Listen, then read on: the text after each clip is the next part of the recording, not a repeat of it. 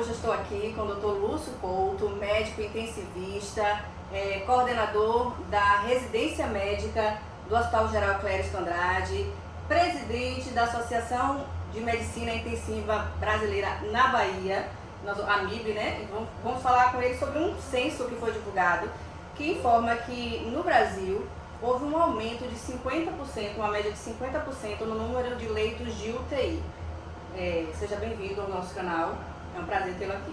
Oi, Cris, obrigado pelo convite, agradeço o espaço para a gente falar um pouquinho sobre a terapia intensiva, que é uma especialidade relativamente nova no Brasil. Ela tem a sua associação representativa desde o início da década de 80, mas ela é extremamente importante, porque ela lida com o paciente grave no momento mais crucial, que ele está ali entre a vida e a morte. E a UTI é um lugar de vida, é um lugar de cuidado, é um lugar de acolhimento desse paciente e de suas famílias, em busca de tirá-lo daquela situação crítica e devolvê-lo ao seu seio familiar e à sociedade também. Esse censo ele é extremamente relevante, ele foi publicado recentemente pela AMIB, Associação de Medicina Intensiva Brasileira, e nós das regionais da AMIB, eu sou presidente da Regional Bahia, nós estamos divulgando isso de uma forma muito contundente, discutindo com a imprensa, porque é importante que a população entenda o que ela tem acesso na hora que ela demanda por um atendimento especializado num momento muito grave para o paciente. E assim é a terapia intensiva. Nós estamos comemorando esse número, claro, um aumento, como você falou, superior a 50% de leitos pós-pandemia. Muitos leitos foram abertos na pandemia e permaneceram abertos, isso é extremamente importante e valoroso. Mas, Cris, o que mais chama a atenção é que isso ainda não é suficiente. E, sobretudo, esse censo traz para a gente um retrato do Brasil como um todo, onde é perceptível, é claro, que existe uma predominância de leitos e de profissionais especializados no sul e sudeste do Brasil, ficando o norte e o nordeste muito distantes desses números do sul e sudeste. A gente vai falar um pouquinho sobre isso daqui a pouco, porque eu quero falar sobre o fato de ter esse aumento. É suficiente? Porque eu tenho certeza que você que está assistindo o programa já teve ou a necessidade de um leito de UTI, ou um parente, um conhecido que necessitou de um leito de UTI e que infelizmente teve dificuldade. Esse aumento, ele traz um impacto positivo, mas é o suficiente? Infelizmente não, Cris. Só para você ter noção, na nossa realidade, o Clériston Andrade pré-pandemia, ele tinha 18 leitos de UTI. Na pandemia, chegamos a 78 leitos de UTI e conseguimos manter abertos e funcionantes hoje 68 leitos de UTI. É um crescimento exponencial, 18 para 68 leitos. E aí você me pergunta, é suficiente? Não. Esses leitos, Cris, trabalham com a taxa de ocupação constante de 100%. O tempo inteiro os leitos estão ocupados. Quando sai um paciente, no mesmo dia, poucas horas depois, após a higienização, entra outro paciente. Então não é suficiente, ainda existem famílias que ficam realmente na expectativa de conseguir o leito para o seu parente. Mas já melhorou bastante, né? Hoje o doente que chega no nosso hospital, ele tem, além das UTIs, ele tem a sala vermelha, que é a porta de entrada do doente grave. E ele vem mais rápido da vermelha para a UTI do que viria antes, bem como o doente da enfermaria do hospital que agrava e que precisa ir para a UTI. A gente hoje consegue acolher esses doentes mais graves. Só que Feira de Santana responde por mais de 1 milhão de habitantes das cidades circunvizinhas. E é isso que o censo também traz, que a cidade de médio e menor porte ela não é contemplada por leitos de UTI, bem como por profissionais especializados. Então essa discrepância, nesse sentido de interior, norte, nordeste, cidades médio e pequeno porte não contempladas por uma demanda de leitos de UTI e profissionais, ela persiste. Vamos falar com o Dr. Lúcio Couto, porque ele não conhece só a realidade do Hospital Clériston Andrade, ele conhece também a realidade da rede privada de Feira de Santana. Mesmo assim, a quantidade ainda é insuficiente. É insuficiente e o trabalho também traz luz a essa questão. Quantos leitos nós temos no SUS e quantos leitos nós temos na saúde suplementar no Brasil? É quase o mesmo número de leitos, quando você compara SUS e saúde suplementar no nosso país. O problema é o número de usuários. A maioria esmagadora da nossa população é usuária do SUS. Então você tem quase o mesmo número de leitos para uma discrepância onde no SUS você tem a maior parte da população e na saúde suplementar, na rede privada, a menor parte da população. Então acaba que o desbalanço entre a oferta, e eu não estou falando só de leito, eu gostaria muito de deixar também destacado isso, o profissional especializado, o intensivista, essa especialidade, Cris, ganhou um foco maior na pandemia, Na pandemia, as pessoas passaram a entender qual é o nosso papel, o papel do intensivista, o médico que é especializado no doente crítico. Esse profissional ele também não está em todos os lugares do Brasil. Então, hoje, por exemplo, o nosso hospital é um centro formador. Nosso hospital tem residência de terapia intensiva. Nós estamos formando agora, em março de 2025, a primeira turma de médicos intensivistas formados no Clériston Andrade. Então, isso é de uma relevância muito grande, porque você também passa, além de atender, além de ter os leitos, mas você também formar profissionais que vão compor nesse cenário e ajudar. O senhor falou algo muito importante, que na pandemia a gente sentiu a necessidade e a gente entendeu a importância desse profissional. Trazendo um pouco mais para a nossa realidade. O Nordeste, ele infelizmente ficou, de acordo com esse levantamento, aquém em relação às outras regiões. Qual o papel da AMIB também na formação desses profissionais, para que a gente possa aumentar o número de intensivistas no país e aqui em especial na nossa região Nordeste? Excelente, Cris. A AMIB, que é a Associação de Medicina Intensiva Brasileira, ela é a instituição que reconhece quem são os especialistas. Então, é a AMIB que titula os médicos. Então, ela tem uma relevância em médicos e também com a associação, por exemplo, com a ABENT, que é a Associação Brasileira de Enfermagem em Terapia Intensiva, elas titulam os enfermeiros especialistas. Então, é a instituição que vai dizer quem é o profissional especializado com uma formação através de uma prova que é aplicada e que avalia esse profissional de uma forma bem rigorosa. Inclusive, a gente acabou de aplicar essa prova no Congresso Brasileiro de Medicina Intensiva em São Paulo, para vários profissionais, e através dessa avaliação ela diz quem é o profissional. Para além disso, a associação, a nacional e as regionais, são promotoras de conhecimento frequentemente.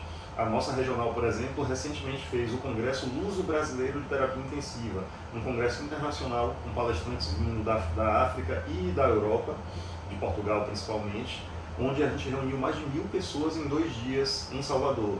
Em março do próximo ano, em maio, nós teremos o Cotiba, Congresso de Terapia Intensiva da Bahia, outro evento focado em mais ou menos 1.000 pessoas, que vai abraçar também essa questão do desenvolvimento científico e profissional.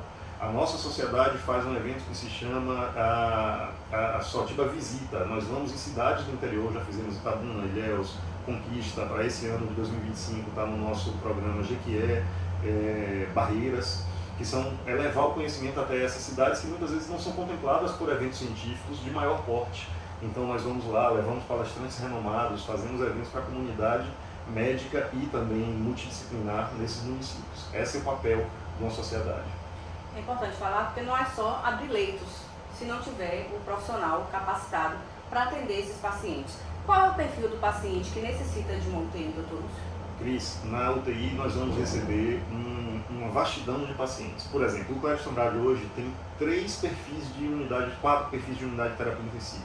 Nós temos uma UTI de pacientes clínicos, é a UTI onde você vai ter os doentes com AVC, infarto, os com doenças hepáticas graves. Esses pacientes são chamados doentes clínicos graves e eles vão para a unidade de terapia intensiva clínica, as pneumonias graves. Nós temos uma UTI cirúrgica. Essa UTI é a UTI com maior rotatividade de leitos do hospital. Essa UTI já chegou a rodar 100 pacientes num mês, passando pela UTI, sendo atendido e liberado. E é a UTI dos pós-operatórios das cirurgias de grande porte. Sejam os traumas que acontecem em grande quantidade em nossa cidade, paciente que opera o fêmur, que faz uma neurocirurgia. O Clériston Andrade hoje é uma referência no Brasil em neurocirurgia. Então, esses doentes que têm cirurgias feitas no cérebro, cirurgias ortopédicas de grande porte, cirurgias vasculares de grande porte, cirurgias torácicas de grande porte, eles têm que ficar na UTI depois, e esse volume é imenso no nosso cenário de muitos traumas, mas também de algumas cirurgias eletivas. Então, o paciente cirúrgico, o paciente clínico, o paciente neurológico, o Clériston é uma referência em neurologia, então nós temos uma unidade focada no atendimento ao doente neurológico, seja por eventos clínicos como AVC, seja por eventos também traumáticos, necessitando intervenções, seja por tumores que são operados na cabeça. Então, e nós temos uma unidade específica de AVC, que hoje é premiada internacionalmente, ano após ano, por ter altas incidências na qualidade de atendimento inicial ao paciente, nesse atendimento urgente que é o doente com AVC. Então aqui eu te falei um pouco sobre a miríade de possibilidades, a variedade de possibilidades de doentes que podem ser atendidos em uma UTI.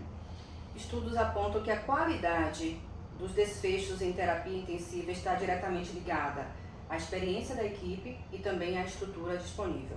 Como o senhor avalia essa capacidade dos atuais profissionais aqui no Brasil?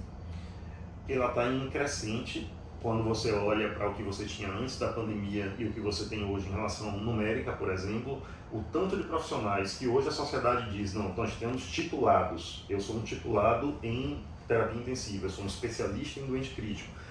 O número aumentou também de forma expressiva, mas como eu te disse, eles estão concentrados nas capitais do país e no sul e sudeste mais do que nas capitais do norte e nordeste. Quando você vai para o interior, é um número pequeno. Com relação à qualificação, Cris, aí o Brasil, justamente por ser um país continental, ele vive uma situação de extremos. Você vai ter lugares com equipes altamente capacitadas, com profissionais especializados. Você vai ter lugares intermediários onde existe uma mescla entre profissionais experientes, especializados e profissionais mais novos, entrando no mercado agora e com muito pouca experiência, e aí você vai tentando achar um balanço, é um pouco da nossa realidade, entre os mais novos e os mais experientes. E você tem cenários onde esse profissional com a formação, o especialista, ele não existe. Então, o nosso país realmente ele vive uma discrepância muito grande em extremos quando você olha para diferentes cidades, regiões, estruturas. Esse é o cenário. Pela sua experiência enquanto médico intensivista, daqui a pouco eu acabo, viu gente, que eu estou gostando do papo. Pela sua experiência, de que forma a gente melhorar essa disparidade, trazer um pouco mais dos profissionais da capital para o interior, oferecer o que para esses profissionais, de forma de diminuir essa disparidade? Não há caminho, Cris, fora da educação. O caminho é a educação. Seja a educação no nível máximo, qual é o nível máximo? É o que nós temos aqui no Clérison Andrade, você ter residência naquela área. Nós temos residência em terapia intensiva. O que vai mudar o cenário da terapia intensiva é você ter especialistas. O Clérison hoje forma especialistas, atualmente focado na área médica, mas muito em breve, a gente teve uma notícia boa ontem com a reunião da Coremu, com nossa diretoria, que muito em breve também com especialidades nas áreas multidisciplinares, fisioterapia, enfermagem, e isso vai ser um ganho muito grande para a comunidade e para o hospital. Então, não há caminho fora do conhecimento. E aí, cada instituição tem que investir no conhecimento.